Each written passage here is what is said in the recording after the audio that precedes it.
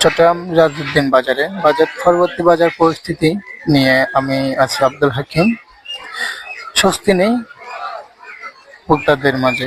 জাতীয় সংসদ নতুন বাজেট পাস হওয়ার পর দিনেই চট্টগ্রাম রাজউদ্দিন বাজারে সাধারণ ভোক্তাদের মধ্যে স্বস্তির কোনো লক্ষণ দেখা যাচ্ছে না। বাজার ঘুরে দেখা গেছে কিছু নিত্য প্রয়োজনীয় পণ্যের দাম কমলেও মাছ মাংসের উচ্চ মূল্যে চাপ রয়েছে ক্রেতারা। সবজির বাজারে গত সপ্তাহের তুলনায় কিছুটা স্বস্তি পেয়েছে। ঝিঙ্গা, পটল সহ বিভিন্ন সবজির দাম কেজি প্রতি 10 টাকা থেকে 20 টাকা কমেছে। এছাড়া আদা, রসুন ও পেঁয়াজের দাম কিছুটা কমছে। ব্রয়লার মুরগি ও ডিমের বাজারে সামান্য মূল্য হ্রাস লক্ষ্য করা গেছে, তবে মাছ ও মাংসের বাজারে ভিন্ন চিত্র দেখা গেছে। রুই মাছ কেজি প্রতি 700 থেকে 550 টাকায় বিক্রি হচ্ছে। বিক্রেতা বলছেন, দীর্ঘদিন ধরে মাছের বাজারে চড়া রয়েছে। সমুদ্রে মাছ ধরার নিষেধাজ্ঞা থাকায় শেষ হওয়ার আগামী সপ্তাহে সামুদ্রিক মাছের দাম কিছুটা কমতে পারে বলে আশা করছেন তারা। ভাই বড়টা চলতে আছে 180 টাকা, এটা চলতে আছে 160 টাকা ছোটটা। ডিম ভাইয়া 400 টাকা বিক্রি করি। হ্যাঁ, চিংড়ি মাছ 850 টাকা বিক্রি করি। মাছের চাহিদা একটু কম, এই জন্য মাছের রেটটা এখনো পুরোপুরি কমে নাই।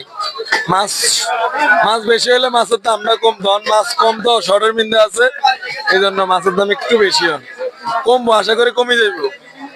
আর মাছের দাম সামান্য একটু বেশি আর কি, কম, এই জন্য মাছের দাম একটু বেশি। বাজার দেশে বাজার করতে মাছ মাংস অনেকগুলো দাম বেশি, মানুষ ক্রয় ক্ষমতার বাইরে চলে গেছে।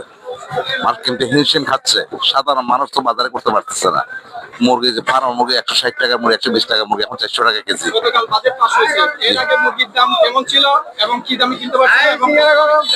আগে ছিল 180 160 এরকম আর কি, এখন তো 400 টাকা। এখন তো 400 টাকার উপর, 400 টাকা ইয়ে মুরগি, 380 টাকা, 400 টাকা এরকম আর কি। এটা কি বেশি মনে হচ্ছে নাকি? না, অনেক বেশি, ডবল হচ্ছে না, ডবল। না, মানুষ তো ক্ষিপ্ত, যে বড় কোনো মানুষ দ্রব্যমূল্য যে ক্রয় ক্ষমতার বাইরে চলে যায়, মানুষ ক্ষিপ্ত হয়ে যাবে, মানুষের স্বস্তিতে নাই। হ্যাঁ, তো এটা একটু সরকারকে বলবো যে মানে একটু মানুষের ক্রয় ক্ষমতার ভিতরে থাকে, এটাই আমাদের ইয়ে করা আশা। এদিকে গরুর মাংসের কেজি প্রতি কেজি 850 থেকে 1000 টাকায় বিক্রি হচ্ছে। তো সোনালী মুরগির দাম বেড়ে প্রতি কেজি 380 টাকা থেকে 600 টাকায় পৌঁছেছে। ফলে বাজেট পাস হলেও বাজারে এখন তেমন কোনো ইতিবাচক প্রভাব পড়ছে বলে মনে করছেন না ক্রেতারা।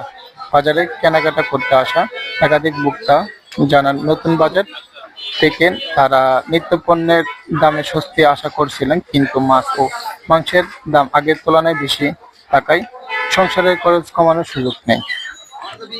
বাজেটে প্রায় 60টি পণ্যের দাম কমানোর কথা বলে থাকলেও বাজারে এর কোনো প্রভাবই পড়েনি। সেক্ষেত্রে ভোক্তারা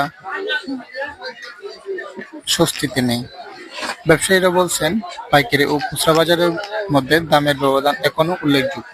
সরবরাহ পরিস্থিতির উন্নতি হলে আগামী দিনগুলোতে পণ্যের দাম আরও কমতে পারে বলে জানান বিক্রেতারা।